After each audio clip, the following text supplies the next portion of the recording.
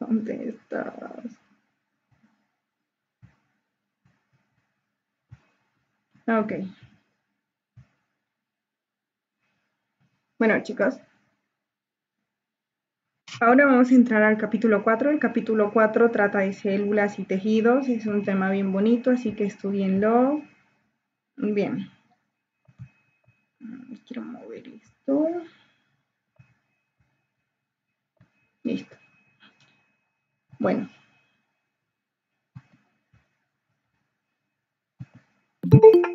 vamos a hablar de la célula. ¿Qué es la célula? La célula es conocida como la unidad estructural básica del organismo. La célula... No, aquí me está molestando mucho, tengo mucho ruido, espérenme un ratito. Admitir. Ya. Ok, bueno. La célula es la unidad estructural básica del organismo. Cuando hablemos de célula, los componentes más importantes que conforman una célula son el núcleo, el citoplasma y la membrana celular. Estos componentes nos tenemos que acordar siempre porque todas las células, o por lo menos casi todas las células, tienen estas partes que son pues bastante importantes. La célula, bueno, hay un patrón que se dice un núcleo por célula. Sin embargo, no siempre es así. Cuando hablamos de las carreras de medicina, todas las carreras que impliquen salud, no hay nada absoluto, todo es relativo. Entonces, acá, por ejemplo, decimos que hay un núcleo por célula, sin embargo, hay células como los eritrocitos, hematíes, glóbulos rojos, como queramos llamarles, que en alguna fase de su desarrollo pierden el núcleo. Y hay otras células como las células musculares esqueléticas o las células musculares cardíacas, que son una célula grande formadas por varios núcleos. Estos son células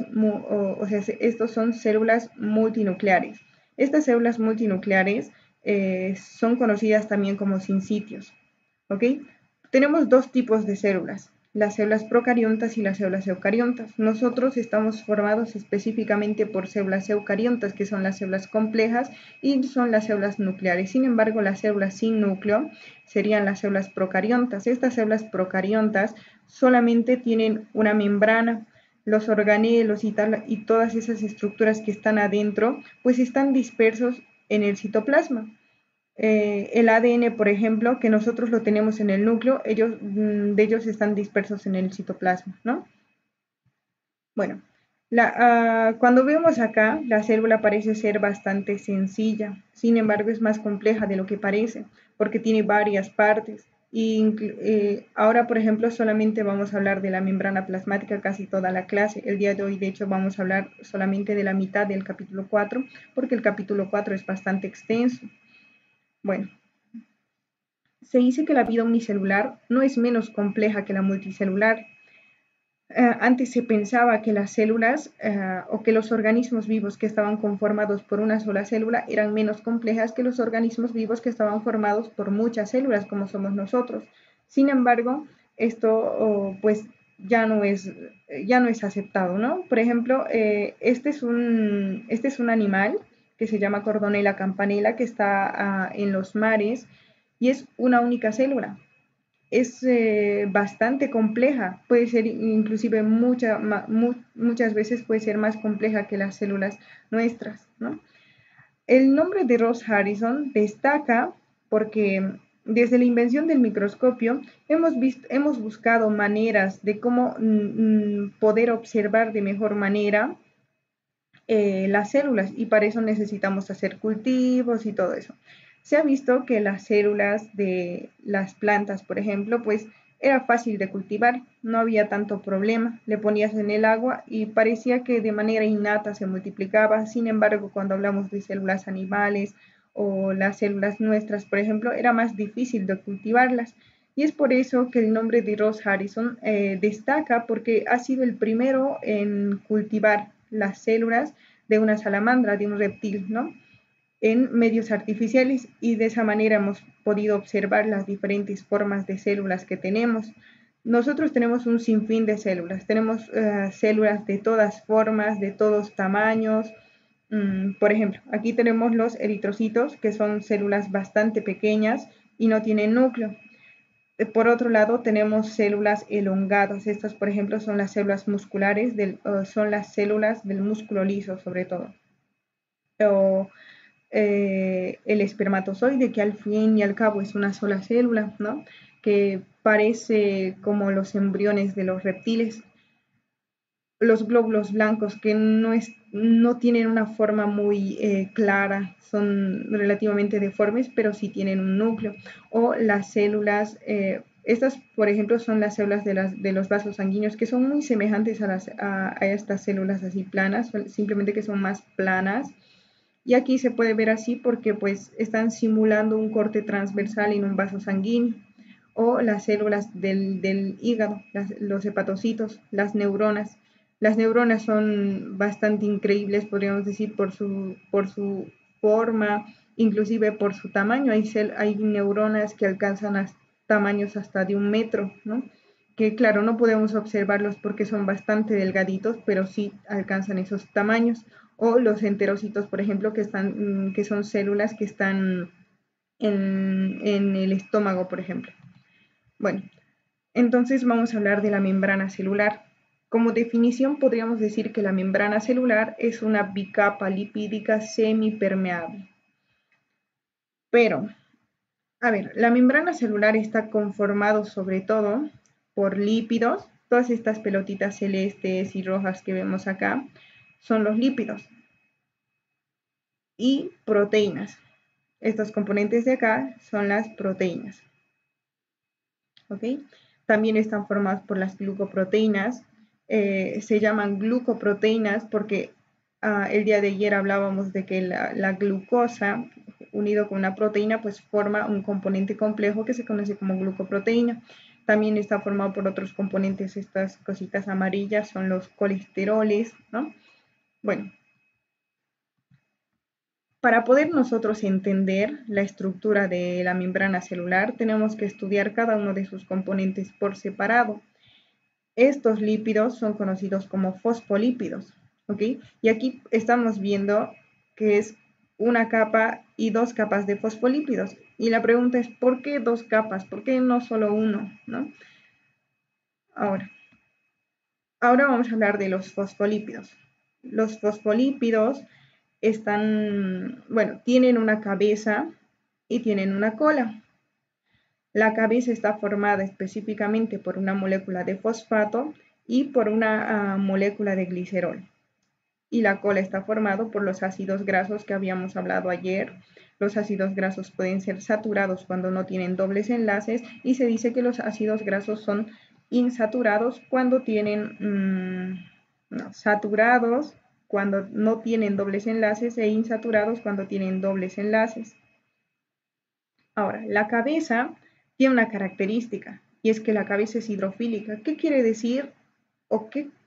Hidrofílica quiere decir que es un componente que tiene contacto con el agua o que se disuelve con el agua. Por ejemplo, el azúcar es un componente hidrófilo porque tú le pones al agua, le das unas cuantas vueltas y eventualmente este se va a disipar. Sin embargo, hablamos de componentes hidrofóbicos cuando no tienen contacto directo con el agua o no se disipan en el agua. Por ejemplo, el aceite. Si tú pones una gotita de aceite en el agua, este no se va a mezclar con el agua por mucho que lo batas, ¿no? O por mucho que lo mezcles.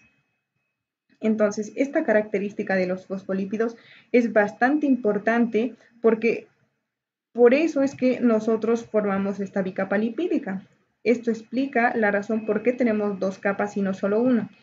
Porque aquí sí volvemos.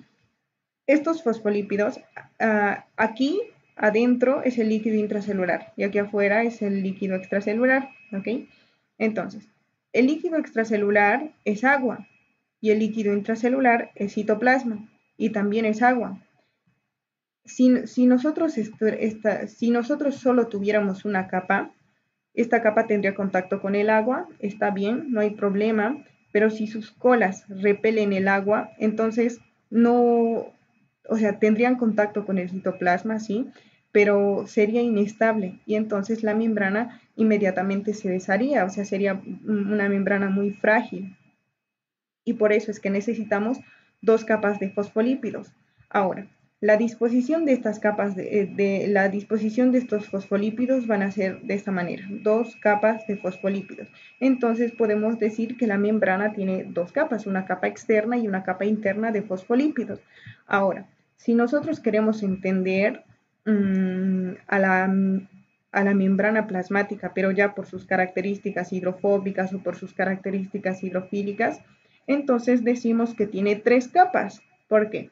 Porque tiene una capa externa hidrofílica, una capa que tiene contacto con el agua. Y esta capa está formada por las cabezas de los fosfolípidos que forman la porción externa de la membrana. ¿Ok? Y también tenemos una capa media que es hidrofóbica y está formada por las colas hidrofóbicas de los fosfolípidos, por las colas de ambas capas, de la capa externa y la capa interna. Y tenemos una capa interna hidrofílica que tiene contacto con el citosol. ¿Ok? Entonces, a través de esta capa no puede pasar más que moléculas hidrofóbicas. ¿Qué quiero decir? Hidrofóbicas o lipofílicas son sinónimos, ¿ok? Por ejemplo, algunas moléculas lipofílicas son la adrenalina. La adrenalina pasa tranquilamente, pero si hablamos de otras moléculas, el agua, por ejemplo, no puede pasar. ¿Por qué? Porque este es un componente hidrofóbico, repele el agua, así que tenemos que tener otros canales que permitan el paso de agua. Ahora, las colas de los fosfolípidos nos dicen que son dinámicos, o sea, siempre están en constante movimiento. ¿A qué nos referimos con esto? Que se contraen,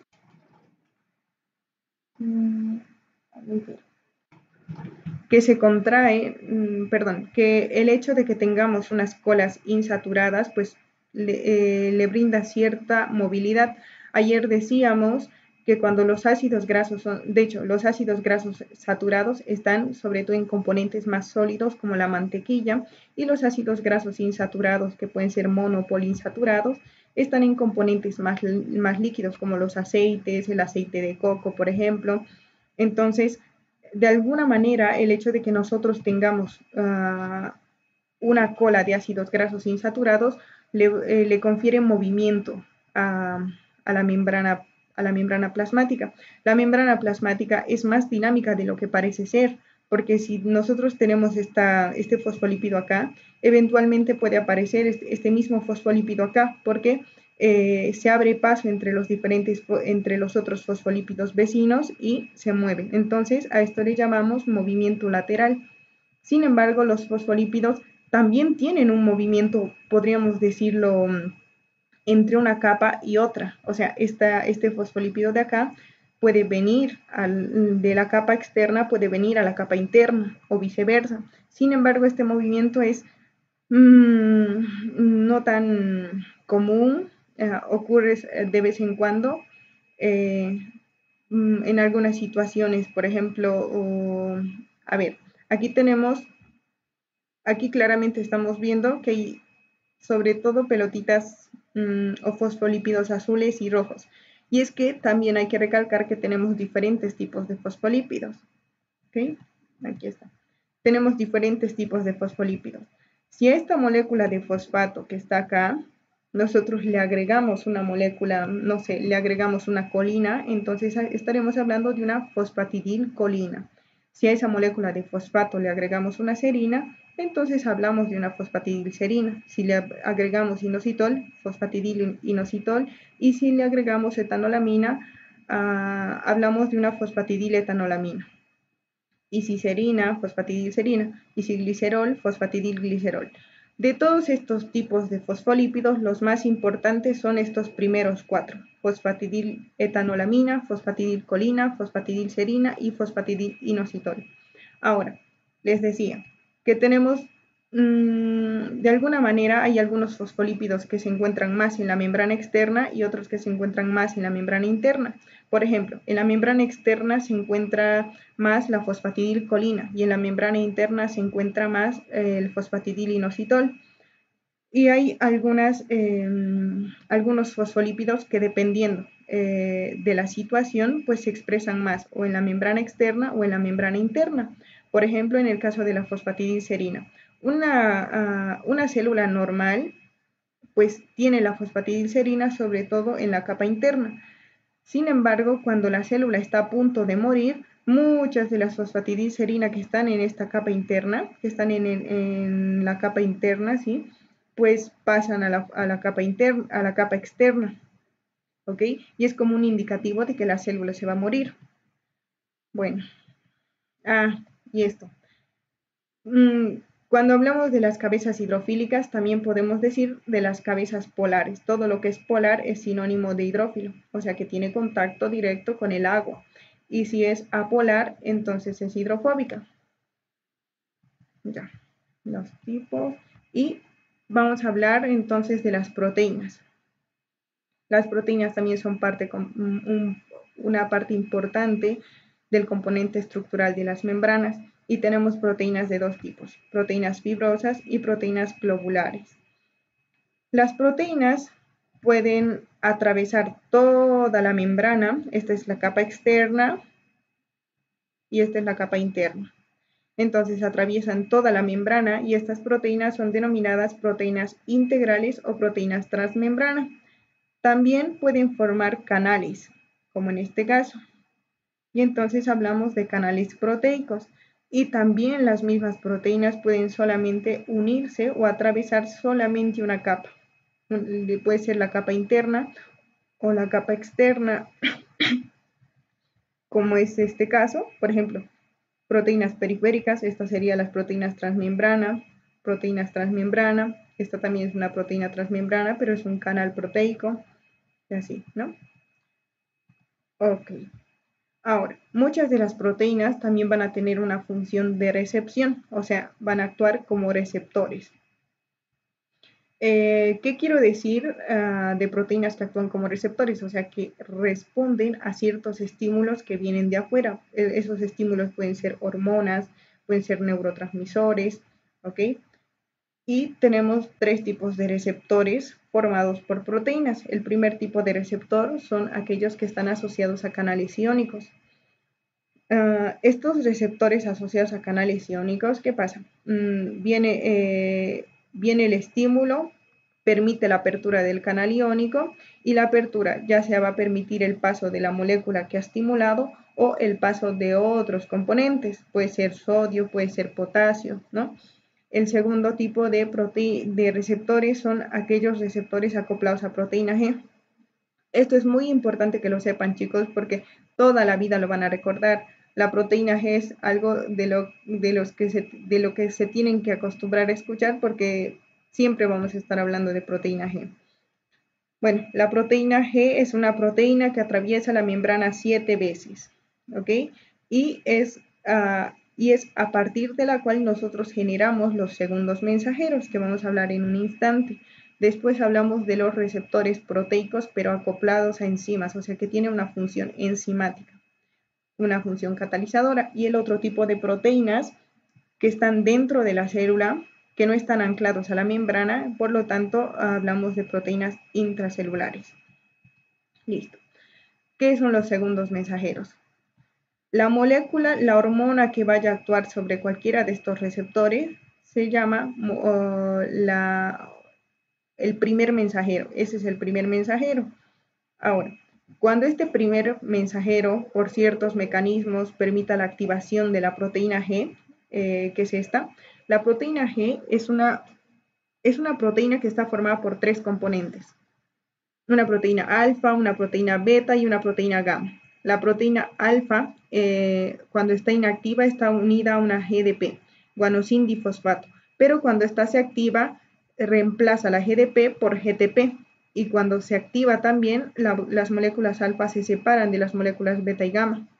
Y cuando se separan de las moléculas beta y gamma, las moléculas alfa por su independencia pues pueden ir a estimular ciertos procesos que activan a los segundos mensajeros. Hay varios tipos de proteína G, pero no tienen que aprender eso por ahora.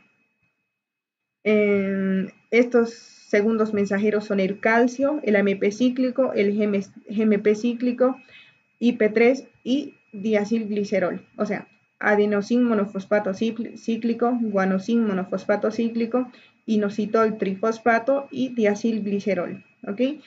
Y la función más importante de los segundos mensajeros es amplificar el mensaje. Esta es la palabra clave, amplificar el mensaje. Es algo de lo que no se tienen que olvidar porque es bastante importante que lo sepan.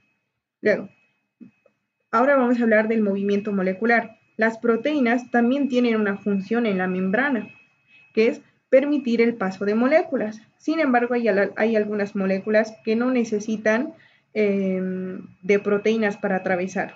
¿Okay? Bueno, habíamos dicho que la membrana celular era semipermeable o también se dice permeabilidad diferencial. Pero ¿por qué no es permeable o por qué no sería impermeable? Bueno, cuando hablamos de una membrana permeable, quiere decir que no permite el paso de ninguna molécula. No, perdón, que permite el paso más bien de todo tipo de molécula. Si fuese una membrana permeable, el líquido extracelular sería igual que el líquido intracelular. Por lo tanto, llegaría a un punto donde ya no habría movimiento de moléculas de un lado a otro y ya no habría formación de energía cinética, que es importante para la supervivencia de la célula. Ahora, si fuese una membrana impermeable, en todo caso no habría movimiento de ningún tipo celular porque simplemente no permite el paso de moléculas de adentro hacia afuera o de afuera hacia adentro. Y, por ejemplo, si la célula se quiere alimentar, pues necesita pasar moléculas de afuera hacia adentro. Y si fuese impermeable, entonces la célula se moriría de hambre. Y por eso es que la membrana celular es semipermeable. ¿Qué decimos? O sea, ¿qué se refiere cuando decimos que la membrana celular es semipermeable? A que permite el paso de ciertas moléculas e impide el paso de otras. ¿Ok? Entonces, vamos a hablar de difusión. ¿Qué es la difusión? Es el movimiento de moléculas de una región de alta concentración a otra de menor concentración sin el uso de energía. Bueno, aquí vamos a hacer un paréntesis porque sí ocupamos energía, pero no una energía de ATP. El ATP es la moneda energética que nosotros conocemos, ¿ok? Y no ocupamos ATP en este caso, ocupamos energía cinética, que se conoce como energía de movimiento. ¿Qué es la energía de movimiento? Se conoce movimiento browniano. Por ejemplo, si esta molécula está yendo hacia la derecha y esta molécula está yendo hacia la izquierda, y ellos chocan en algún punto, pues cambian de dirección. Y ese es el movimiento browniano, que colisionan con otra molécula y eso permite el cambio de dirección de la molécula, ¿no? La energía cinética podemos entenderla, por ejemplo, si nosotros observamos el estado sólido, líquido y gaseoso del agua. En el estado sólido, las fuerzas intermoleculares van a ser bastante fuertes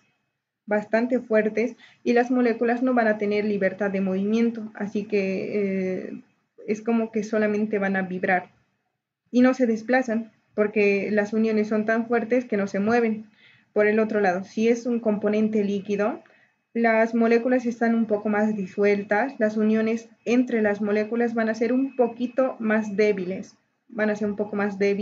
y si hay desplazamiento, es aquí donde ocurre esta energía cinética, porque como están un poco dispersos, pues van en una dirección, colisionan con otra y cambian la dirección de la otra molécula.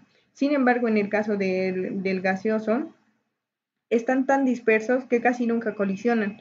Lo único que de alguna manera les limita su desplazamiento son componentes, podríamos decir, pues factores externos como un vidrio, una pared, ¿no? Eso. Ahora, cuando hablamos de movimiento molecular, hablamos de que, de que es la naturaleza de las fuerzas que impulsan los materiales del medio celular para que penetren o salgan de ella. Y la intención del movimiento molecular es básicamente la distribución regular por todo el espacio disponible.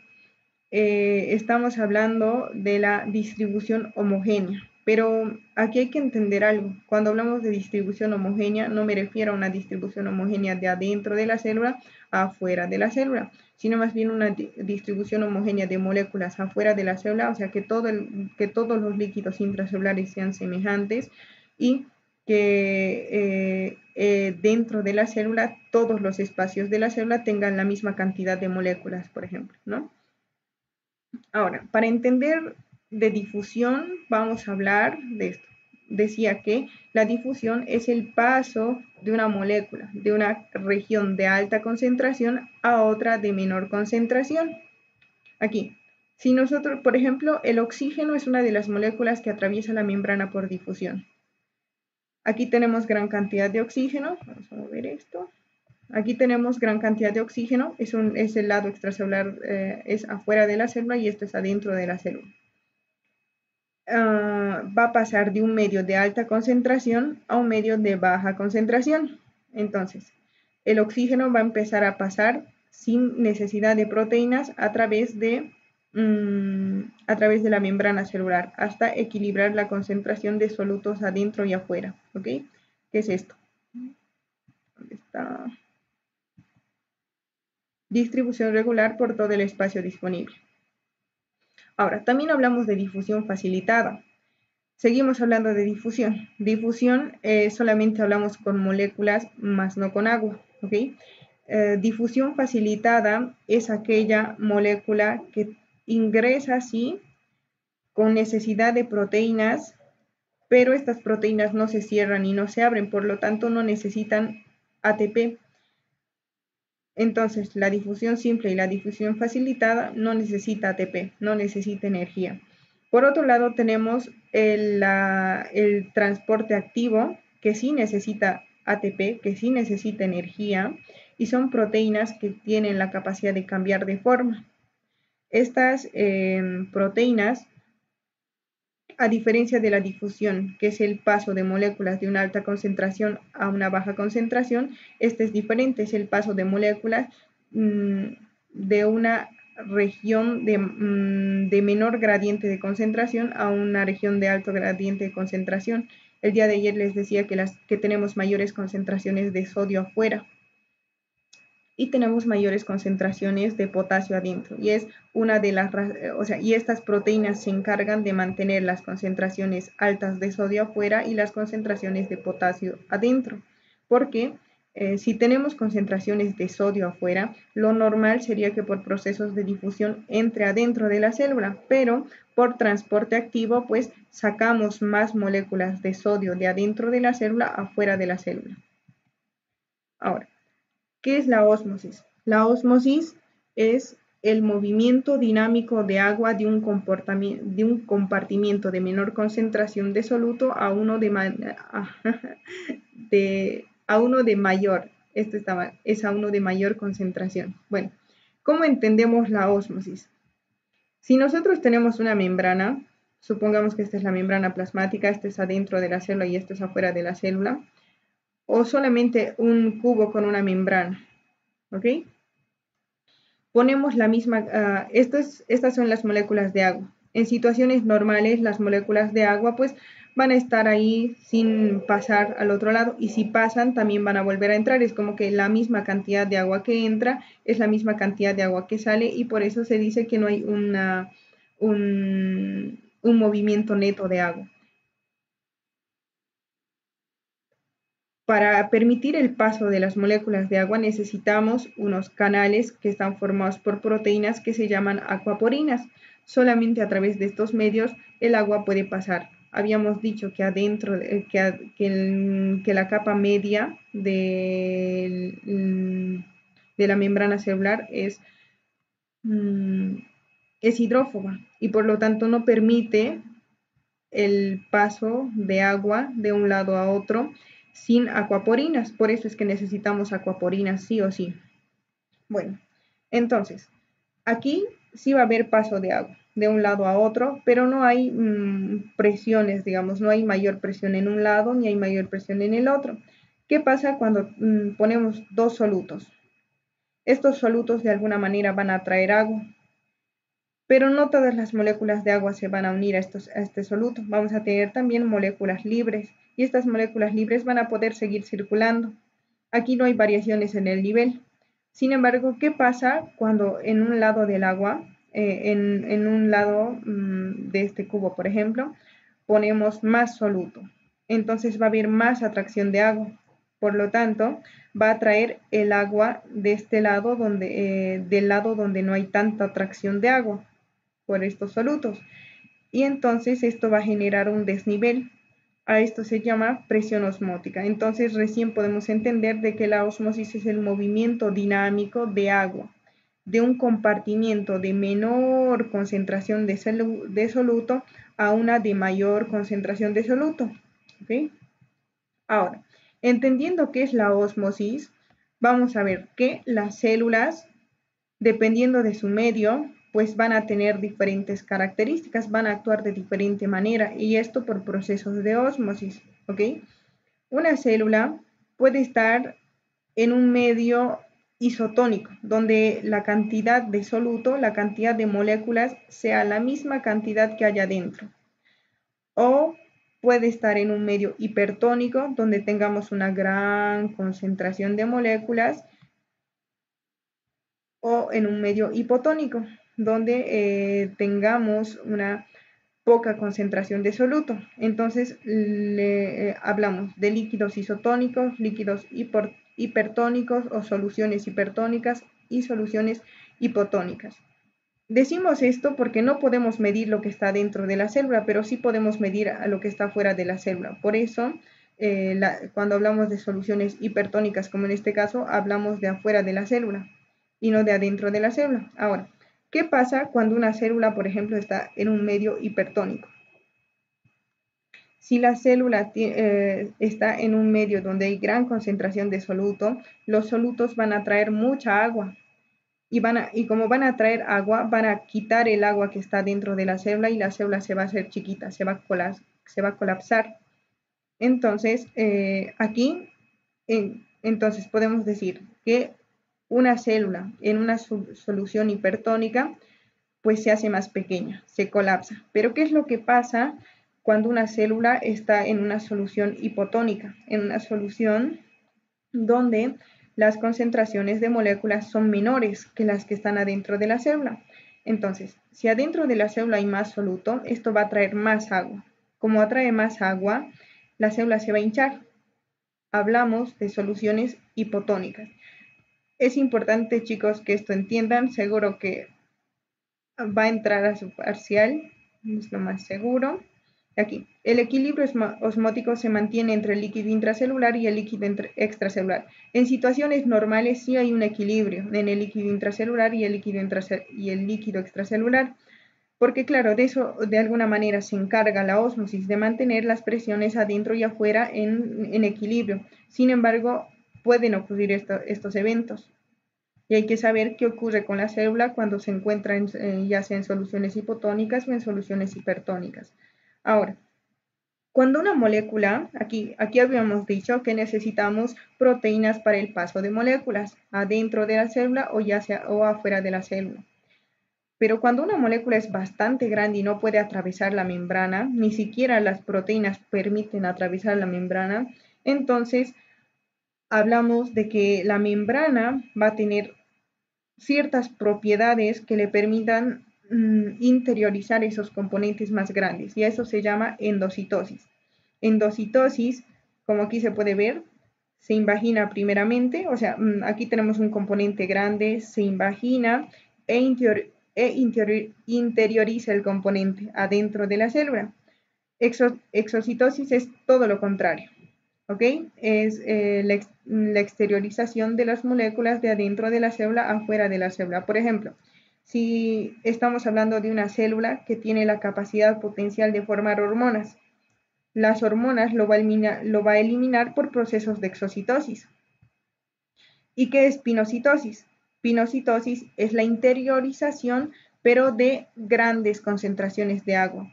Habíamos dicho que las moléculas de agua se mueven de un lado a otro por acuaporinas, pero cuando la célula quiere interiorizar grandes cantidades de agua, entonces va a necesitar de procesos de pinocitosis. Y no hay que confundir con la fagocitosis, que es más o menos semejante, pero la fagocitosis es un proceso que no todas las células tienen. Por ejemplo, los macrófagos, que son células centinela, que nos sirven, que están ahí para protegernos, fagocitan bacterias, fagocitan virus, ¿ok? Pero no todas las células tienen la capacidad de fagocitar. Es muy semejante a lo que sería una endocitosis, pero se llama fagocitosis porque al final van a ir a degradar este componente, ya sea bacteria, ya sea un virus. Entonces, la endocitosis es un proceso que puede hacer todo tipo de células y la fagocitosis no, solo algunas células como los macrófagos o las células dendríticas. Ahora, entonces, en resumen, podríamos decir que las funciones de la membrana celular son el intercambio de materiales de líquido intracelular a líquido extracelular, ¿sí?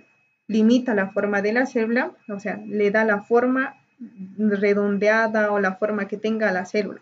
Mantener el equilibrio hidroeléctrico, el equilibrio entre una concentración de moléculas de sodio afuera y una concentración de moléculas de potasio adentro, o el transporte de materiales y alimentos de desecho, por ejemplo, por procesos de endo o exocitosis, comunicación con otras células, y esto lo vamos a ver en un momento, y mantiene presiones osmóticas constantes, ¿ok?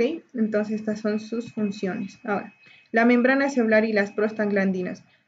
Ahorita seguimos hablando de membrana celular. La membrana celular, en la membrana celular hemos dicho que tenemos fosfolípidos y también hemos dicho que tenemos colesterol. Dentro de esos fosfolípidos también tenemos un lípido que se llama ácido araquidónico, que es un lípido de 20 átomos de carbono y que tiene 4 saturaciones, podríamos decir. Estas moléculas, ¿qué son las prostaglandinas? Son moléculas muy semejantes a hormonas que están secretadas por gran parte de todos los tejidos. Antes se pensaba que solamente se secretaba en la próstata. De hecho, von Euler descubrió las prostaglandinas en el líquido seminal. El líquido seminal es una sustancia que se secreta en la próstata. Y como vio que se estaba presente en el líquido seminal y sabía que se secretaba en la próstata, él dijo que solamente se secretaba en la próstata. Sin embargo, es algo que actualmente es rechazado y se sabe que es secretado por todas las células. Tiene una duración muy corta, de unos cuantos minutos. Bueno, esta es la membrana celular. Y esta membrana celular tiene fosfolípidos. Y un tipo de fosfolípido o un tipo de lípido que está en la membrana es el ácido araquidónico. El ácido araquidónico, gracias a la acción de enzimas, como la ciclooxigenasa en este caso, también tenemos lipoxigenasa. Bueno, gracias a la acción de la ciclooxigenasa, este va a terminar formando prostaglandinas, tromboxanos, prostaciclinas, ¿no? Ahora, los tipos de prostaglandinas pueden ser muy variados. Prostaglandinas E2, prostaglandinas D2, prostaglandinas F y otros tipos de prostaglandinas. Cada una de estas prostaglandinas, por supuesto que tendrá sus funciones. Por ejemplo, las más conocidas son las prostaglandinas E2. Las prostaglandinas E2, por ejemplo, tienen una función protectora en el tracto gastrointestinal y sobre todo a nivel del estómago. O sea, protección para la acidez gástrica. O, por ejemplo, es una de esas moléculas que se secreta en altas concentraciones cuando te da fiebre, ¿no? Entonces, va a tener varias funciones en procesos inflamatorios, protección, fiebre, reacciones alérgicas, contracciones uterinas. Bueno, ahora vamos a hablar de las uniones intercelulares. ¿Qué son las uniones intercelulares? Son aquellas uniones entre una célula y otra. Las uniones intercelulares van a ser muy importantes porque de alguna manera van a brindar refuerzo mecánico al tejido, ya que la unión entre una célula y otra y muchas otras células forman tejidos y la comunicación entre estas células. Tenemos varios tipos de uniones intercelulares. Las más importantes son estas. Acá, bueno, a ver, todos estos son sinónimos. En el examen les puede entrar con cualquiera de los nombres. Sin embargo, el nombre más conocido son uniones herméticas, pero tal vez les entre con uniones estrechas, uniones íntimas o células ocluyentes. Lo mismo con las uniones adherentes. Las uniones adherentes son sinónimos de zónulas adherentes o bandas de adhesión. Bandas de adhesión por esta forma que tienen en forma de banda. Desmosomas o botones, pero es imposible que les entre como botones en sus exámenes, así que desmosomas. Y una variante de los desmosomas, los hemidesmosomas. Y otro tipo de uniones, las uniones comunicantes, uniones en hendidura o uniones GAD. Ahora, esta es una célula y la parte superior de esta célula se llama luminal, zona basal y zona lateral, ¿no? Las porciones laterales. Ahora, aquellos que se encuentran en las porciones laterales, por ejemplo, laterales superiores, son las uniones herméticas. Estas uniones herméticas, como su nombre los dice, pues son uniones bastante fuertes y casi no permite el flujo de agua de este lugar, de este medio a este medio. Las uniones adherentes también son uniones fuertes, pero más que cumplir la función, más que evitar el paso de aguas, están apoyando sobre todo las uniones herméticas. Luego tenemos los desmosomas. Estos desmosomas están en las porciones laterales y como se pueden observar, pues tienen más o menos forma de botón. Estos tienen una relación directa, podríamos decir, con el citoesqueleto y vamos a hablar en un momento qué es el citoesqueleto. Las uniones comunicantes. Estas uniones son bastante importantes. ¿Por qué? Las uniones comunicantes forman como una especie de proteínas de transmembrana en forma de poros que se llaman conexones y que a través de estos pueden fluir componentes de un lado de la célula al otro lado de la célula. O sea, ya no estamos hablando de flujo de moléculas de adentro de la célula a afuera de la célula, sino más bien de un lado de la célula a otro lado de la célula gracias a estas uniones comunicantes. Y los semidesmosomas, que es la mitad de un desmosoma, que al igual que los desmosomas se unen con los filamentos intermedios, que son parte del citoesqueleto. Entonces se tienen que acordar esto. Las funciones de las uniones intercelulares son refuerzo mecánico y comunicación intercelular sobre todo. Listo. En el caso de las células vegetales, ellos tienen una membrana mucho más rígida. De hecho, las presiones osmóticas no se manejan en las células vegetales, porque al tener una membrana tan rígida, que habíamos dicho que las células normales, las células nuestras, pues modifican su forma de alguna manera dependiendo del medio. Sin embargo, las células vegetales no modifican su forma. Su pared es tan rígida que se mantiene. Ya. Y bueno, a ver, está formado por una pared de celulosa y una membrana. Nosotros no tenemos la pared, solamente tenemos la membrana. Bueno, ellos tienen un complejo que se llama plasmodesmos, que permite la comunicación de una célula con la otra célula. ¿Qué es un plasmodesmo? Son unidades continuas de citoplasma que pueden atravesar las paredes celulares. ¿Ok? Esto es como si fuese una célula. Aquí va a haber otra célula.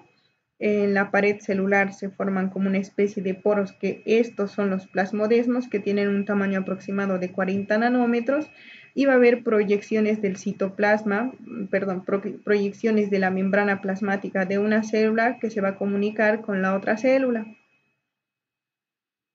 ¿Y qué función tienen estos plasmodesmos? Bueno, y aquí no se llama presión osmótica, se llama presión de turgencia. Las funciones de los plasmodesmos se dice que probablemente posibilitan la coordinación de la actividad mitótica, la actividad de división celular. Ahora vamos a hablar del citoplasma. Todo lo que hemos hablado hasta ahora era membrana plasmática. Ahora vamos a hablar del citoplasma. El citoplasma es todo aquello que se encuentra entre la célula y la membrana plasmática. Todo esto es el citoplasma. Entonces, el citoplasma está formado por organelos. El citosol es todo el líquido que se encuentra entre los organelos, todo este líquido, que también se llama sustancia fundamental. Y el citoesqueleto, acá no se puede observar, pero acá sí, estas formas de cabello que se forman, ese es el citoesqueleto. Es importante diferenciar entre qué es citoplasma y qué es citosol. Yo cuando empezaba siempre me confundía y bueno, espero que ustedes no se confundan. El citosol entonces es solamente el líquido que está en el citoplasma y el citoplasma es toda la extensión desde el núcleo hasta la membrana plasmática e incluyen los organelos. Ahora, el citoplasma va a ser el medio donde ocurren la mayoría de los procesos metabólicos. El día de ayer hablábamos de los procesos metabólicos, por ejemplo, la degradación de la proteína en un componente más pequeño como son los aminoácidos van a ocurrir en el citoplasma. Listo. Entonces vamos a hablar del citoesqueleto. ¿Qué es el citoesqueleto y qué función cumple? Esto es el citoesqueleto. Así se ve el citoesqueleto en un microscopio. Pero cada una de estas moléculas pues tiene grosores distintos, tamaños distintos y son tres sobre todo los componentes que lo conforman, que son los microfilamentos, los filamentos intermedios y los microtúbulos. Los microfilamentos están formados únicamente por monómeros de actina. Monómeros quiere decir una molécula de actina que se une con otro monómero de actina, con otro monómero de actina y forman cadenas que se enrollan. Estos están formados, la subunidad de los filamentos intermedios son fibrosos, o sea, son células fibrosas que se anclan y al final forman este componente medio tubular y los microtúbulos. Los microtúbulos están formados por dos tipos de proteínas, los dímeros de tubulina alfa y beta, o sea, un monómero de tubulina alfa y un monómero de tubulina beta. Y estos van a formar como un tubo, un centro hueco. El diámetro de cada uno va a variar. El diámetro de la actina es más o menos de 7 nanómetros. El diámetro de los filamentos intermedios es de 8 a 12 nanómetros y el diámetro de los microtúbulos es mayor, hasta 25 nanómetros. Ahora, cuando hablamos de las funciones del citoesqueleto, pues van a ser muy amplias. El citoesqueleto nos va de alguna manera a conferir protección, porque le da cierta rigidez a la célula, le permite mantener su forma. Nos sirve como un armazón, es como el esqueleto de la célula. Nos sirve para el movimiento celular. O sea, que si queremos nosotros formar, por ejemplo, pseudópodos para poder desplazarnos, pues entonces habrá crecimiento de microtúbulos, crecimiento de filamentos de actina y de filamentos intermedios para que se forme esa elongación. Inclusive, al momento de fagocitar o hacer procesos de endocitosis, actúan de manera amplia estos componentes, o sea, tienen que crecer para formar esas espículas en las células. Transporte molecular. Muchas moléculas se van a transportar a lo largo de estos filamentos, ¿no? Y la fijación de organelos. Los organelos, aquí podemos observar, si lo vemos así, parecen estar dispersos donde sea, pero en realidad no. Aquí hay microtúbulos y estos organelos están anclados a esos microtúbulos para que se mantengan en un solo sitio, porque si no, pues estarían por todos lados. Ahora vamos a hablar del núcleo. El núcleo es, como sabemos, ese componente que está dentro de la célula, o sea, este de acá.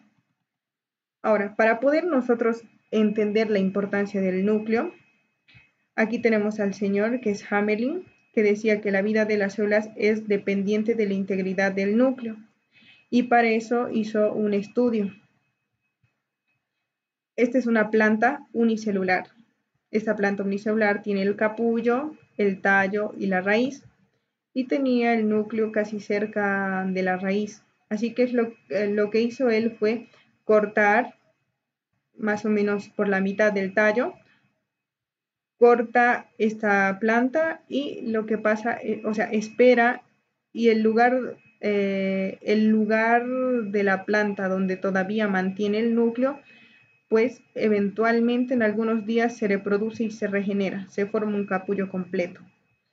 Y este pedazo de capullo, que no tenía el núcleo, aunque fuese más grande, pues no se regeneraba y se moría. Lo mismo acá. Bueno, ya hizo muchos experimentos, o sea, hizo injertos para ver más o menos si dependía, o sea, si esta porción de alguna manera influía o no y así.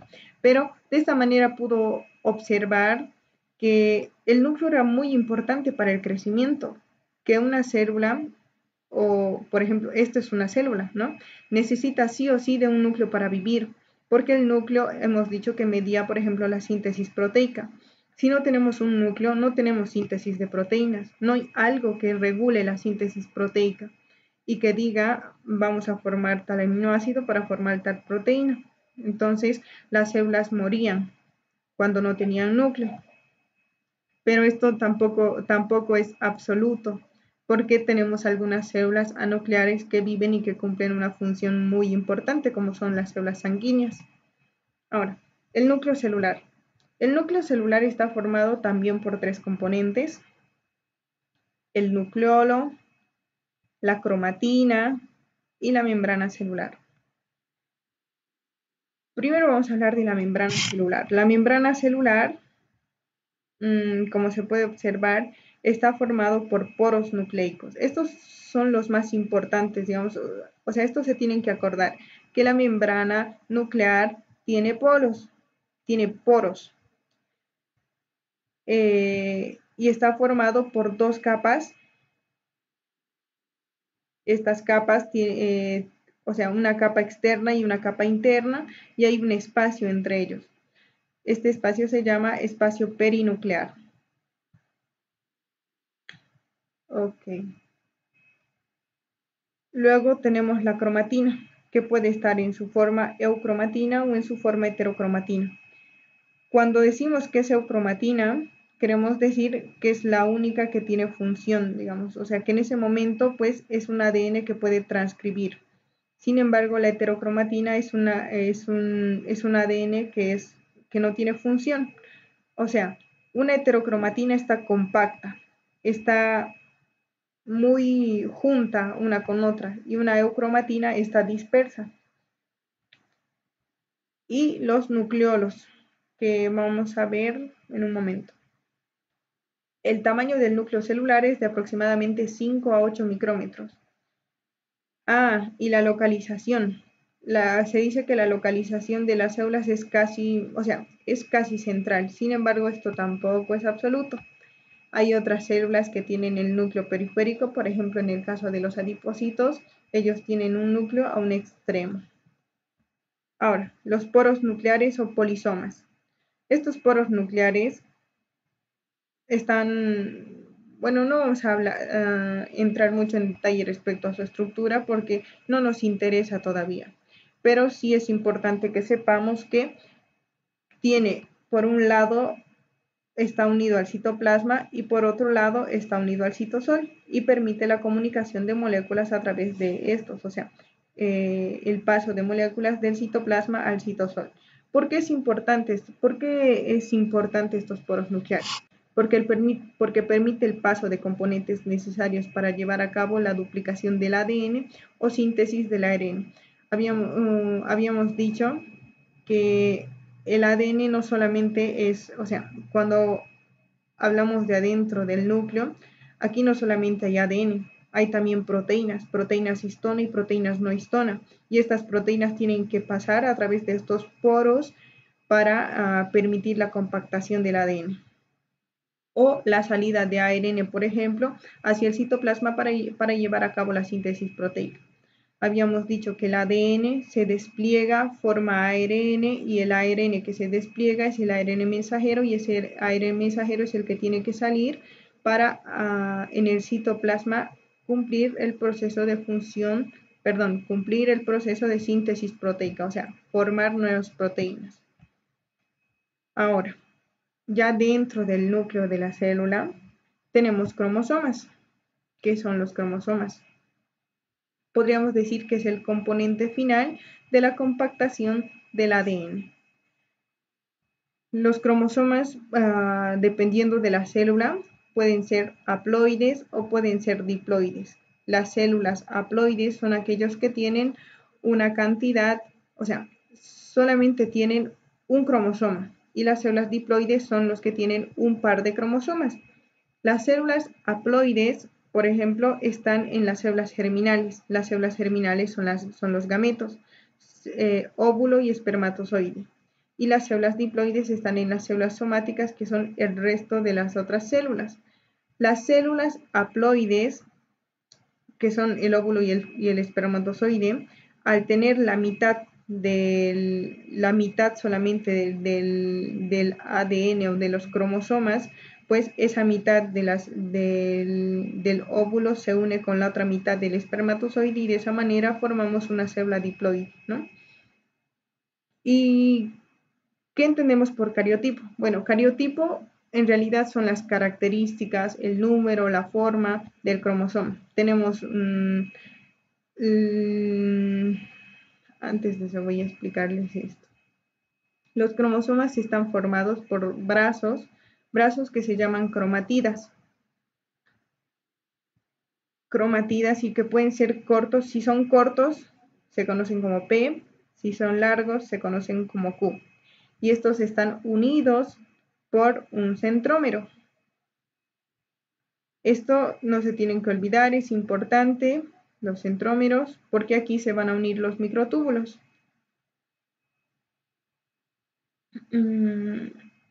Y a los extremos de las cromatidas tenemos los telómeros.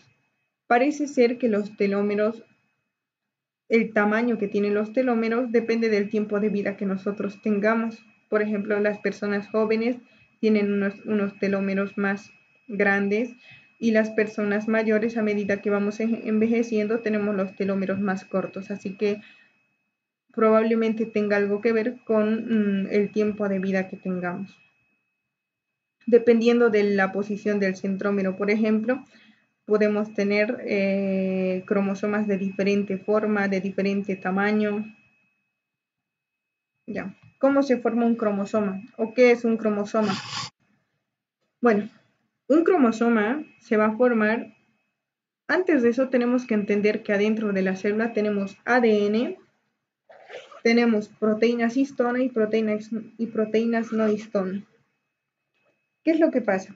Las moléculas de ADN se tienen que compactar, porque si nosotros estiramos esta molécula de ADN, puede alcanzar hasta 2 metros. Y estos 2 metros de ADN se tienen que compactar en un núcleo que tiene un tamaño de 5 a 8 micrómetros, o sea, es súper chiquito. Es como un hilo de 2 metros que se tiene que compactar en una cosita súper chiquita. Y para eso necesita ayuda, para compactarse necesita ayuda. Esta ayuda lo va a tener a través de las proteínas histona y las proteínas no histona. Estas proteínas histona y no histona van a atravesar a través de los poros nucleares adentro del núcleo. Entonces, las únicas que van a participar en la compactación van a ser las proteínas histona. Tenemos 5 tipos de proteínas histona. Las H2B, H2A, H3, H4 y las H1. 8 de estas moléculas de histona se unen y esta molécula de ADN da 2 vueltas a estas 8 moléculas de histona. Da 2 vueltas y luego otras 8 moléculas de histona 2 vueltas otra vez y de esta manera forman como una especie de collar de perlas.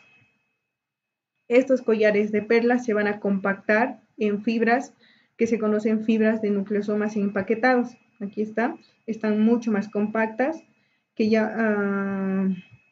Ahora, estas fibras son, este pedacito, por ejemplo, vendría a ser este pedacito de acá o este pedacito de acá. Y estos van a formar bucles. Estos bucles de nueva cuenta, o sea, son bucles que van a formar espirales. Y estas espirales, o sea, ya cada vez están más compactadas. Y estas espirales van a nuevamente formar otras espirales y van a terminar formando el cromosoma. Entonces, podríamos decir que el cromosoma es la compactación del ADN en las moléculas de histona. El componente más pequeño es el nucleosoma. Esto se conoce como nucleosoma. 8 moléculas de histona enrolladas por 2 vueltas de ADN, casi 2 vueltas de ADN, y estabilizadas por una molécula de histona que es la H1. ¿Ok? Aquí también se puede observar eso. Los cromosomas pueden observarse al microscopio solo durante la reproducción celular. Ya. Los cromosomas aquí hablamos de cromosomas masculinos y cromosomas femeninos. La cantidad de cromosomas que tenemos es de 23 pares de cromosomas o 46 cromosomas. O sea, 23 pares o 46 cromosomas. ¿Me están entendiendo eso? Ya hemos hablado de las células haploides y las células diploides y todos los cromosomas son iguales, excepto los cromosomas sexuales. Los cromosomas sexuales son aquellos que nos dan caracteres, ya sea de ser varón o mujer. En el caso de los varones, es un cromosoma X y un cromosoma Y. Y en nuestro caso, hablamos de que somos cromosomas X y cromosomas X. Son 2 cromosomas X. Ahora vamos a hablar de los centriolos y hay que entender cuál es la diferencia entre un centriolo, un centrosoma y un cuerpo basal.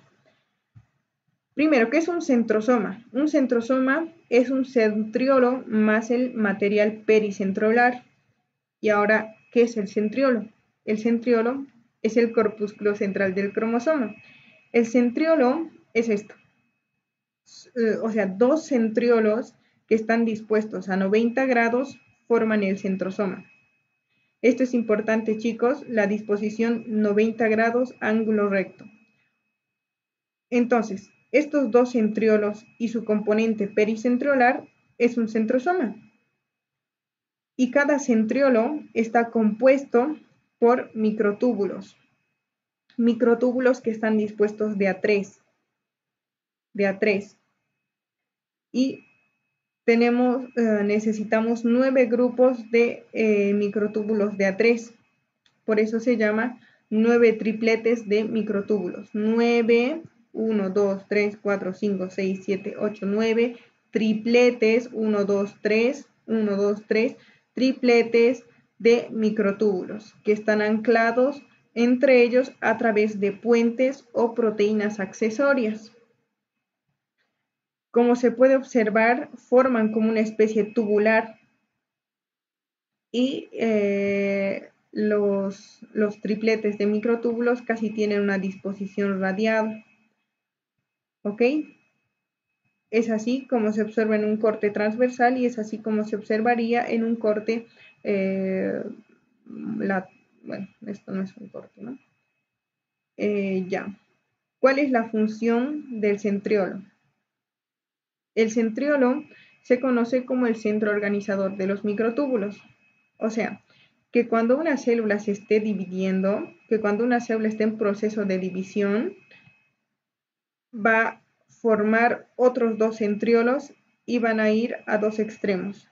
Y estos 2 extremos van a empezar, o sea, a partir de estos van a crecer los microtúbulos. Entonces los microtúbulos crecen y se van a unir al cinetocoro de los cromosomas. Ahora, las células vegetales no tienen centrosomas. Sí, esto es importante porque cualquiera pensaría que entonces necesitamos sí o sí un centrosoma para la división de las células, pero no. Las células vegetales tienen otras propiedades que les permiten replicarse, no necesitan de un centrosoma. Decimos entonces que la relación es de 9 por 3, o sea, 9 tripletes de 3 microtúbulos. Ahora, ¿qué pasa con el cuerpo basal? El cuerpo basal es muy semejante a un centrosoma, muy semejante o sea, tiene una disposición muy parecida al centriolo, pero no es la misma. Los cuerpos basales son aquellos que se encuentran en los cilios y en los flagelos. En los cilios y en los flagelos. La base de los cilios y flagelos también es el centriolo, porque habíamos dicho que es el centro organizador de los microtúbulos. Entonces, la base es un centriolo, pero si nosotros hacemos un corte más arriba, a esto que se conoce axonema, entonces aquí vamos a observar el centro basal. La relación es 9 por 2 más 2. ¿Qué quiere decir? Que es o sea, son 9 dupletes de microtúbulos. Solamente son 2 microtúbulos en cada uno, forman grupos de A9, tienen una disposición circular y en la parte central hay 2. Por eso es 9 de los 9 dupletes, o sea, 9 grupos de A2 microtúbulos más 2 que serían los que están en la porción central. Y eso. Bueno, los cuerpos basales nos van a permitir el movimiento ya sea de los cilios o los flagelos. Nosotros tenemos muchos de estos cilios, por ejemplo, en las células gástricas, que sirven para mover el moco, por ejemplo, o por ejemplo, tenemos grandes concentraciones a nivel de las vías respiratorias superiores. Y esto te permite que cualquier componente extraño, que el polvo que tú hayas ingerido a la hora de respirar, pues nuevamente retorne hacia arriba y llegue a la boca. Bueno, chicos, eso sería, no es todo el tema, es la mitad del tema. Mañana vamos a terminar la otra mitad porque el tema es bastante amplio. Si tienen alguna duda, sería bueno que me hagan saber en este momento.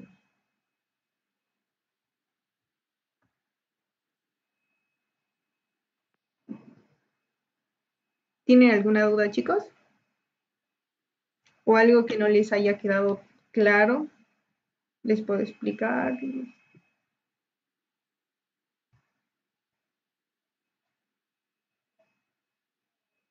A ver, son las 9:30. Mañana vamos a hablar, vamos a terminar el tema y vamos a empezar con el capítulo 5. Y el día viernes solamente vamos a terminar el capítulo 5. ¿Ha quedado todo claro?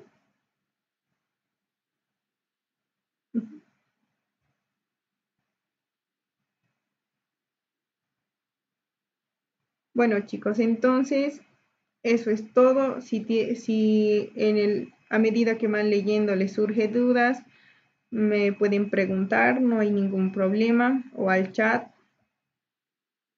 Eso es todo, chicos. Que tengan buena noche, descansen, o si no, estudien un rato, después descansen. Chao, chicos, se cuidan.